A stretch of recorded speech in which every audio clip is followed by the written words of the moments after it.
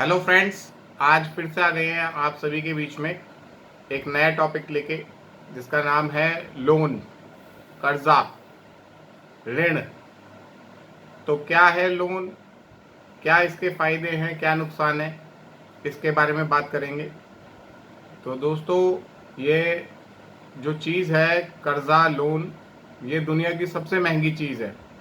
इसके बारे में हमें बहुत सारे ऑफ़र्स मिलते हैं। दुनिया भर की चाइनीज़ एप्लीकेशंस आ चुकी हैं जो कि लोन ऑफ़र कर रही हैं। 10% 12% पे बोलते हैं, और जब लोन लेते हैं तो 18%, 24%, 32%, 36% तक रेट्स जाते हैं। ये मैं बात कर रहा हूँ पर्सनल लोन्स की, तो इनको लेने से बचें। दूसरी चीज़ हो गई क्रेडिट कार्ड। क्रेडिट कार्ड लेते वक्त बहुत अच्छा लगता है। लाइफ इंडेफिनिट है, कभी भी प्रॉब्लम आ सकती है लाइफ में। जब आपको एक हैबिट पड़ जाती है किसी चीज़ को यूज़ करने की, तो आप उसको कंटिन्यू यूज़ करते रहते हैं, ये सोचे बिना कि आपकी लाइफ के क्या सर्कमस्टेंसेस चल रहे हैं। तो जब अगर कोई अनएम्प्लॉयमेंट जैसी ट्रेजेडी आ जाती है, तो उस टाइम पे भी हम क्रेडिट कार्ड यूज़ करते हैं, और लोगों की एक हैबिट बन जाती है मिनिमम पेमेंट दे के उस टाइम पे अपन उस महीने का बिल पे कर दें। लेकिन जैसे किसी का 1 लाख, 2 लाख, 3 लाख रुपए का बिल हो गया और वो मिनिमम पेमेंट भी करेगा ये सोचते हुए कि मैं कोई नई परचेज़ नहीं भी करूँगा, तो भी आप मान के चलिए 3 से 5% वो मंथली पे करेगा।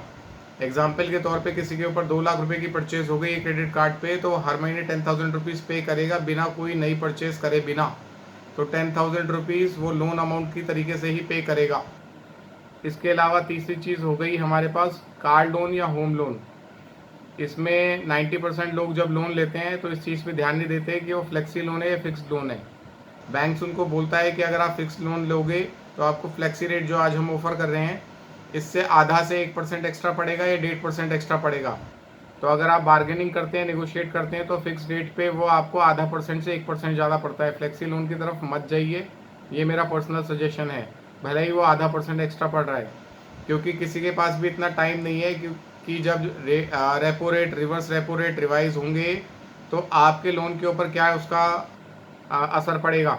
तो उस चीज़ को देखते हुए आपको ये देखना है कि मैं फिक्स रेट वाले ही home loan, loan against property या कार लोन लूँ, ताकि अगर जब मेरे को पे करना है तो मुझे ये पता हो कि मेरी किस्त इतनी है, 36 महीने की हैं, 48 महीने की हैं, या फिर 5 साल की हैं। उस हिसाब से मैं पे करके फ्री हो जाऊंगा और आपके ऊपर कोई भी पेनल्टी नहीं आएगी। लेकिन अगर आपने फ्लेक्सी लोन लिया तो हो सकता है 3 साल, 5 साल, 10 साल बाद भी आपके ऊपर सेम आउटस्टैंडिंग खड़ी हो, क्योंकि बैंक्स रेट्स जैसे ही रिवाइज करेंगे आपको अपडेट नहीं करेंगे और आपकी लोन के ऊपर अमाउंट बढ़ता चला जाएगा। आप ये सोचेंगे कि मैं किस्त दे रहा हूँ, मेरे पास रिपेमेंट शेड्यूल है, तो मेरा प्रिंसिपल भी कम हो रहा है। लेकिन एक तरफ प्रिंसिपल कम होगा, दूसरी तरफ बढ़ जाएगा, क्योंकि इंटरेस्ट रेट बढ़ चुके होंगे और आपकी नॉलेज में वो नहीं होंगे। 99% लोग उन चीज़ों को ट्रैक नहीं कर पाते। इन रेट्स को दोबारा से बैंक में जाके कम करवाना पड़ता है, जो कि एक हैज़ल है। तो उसको लेने से बचें।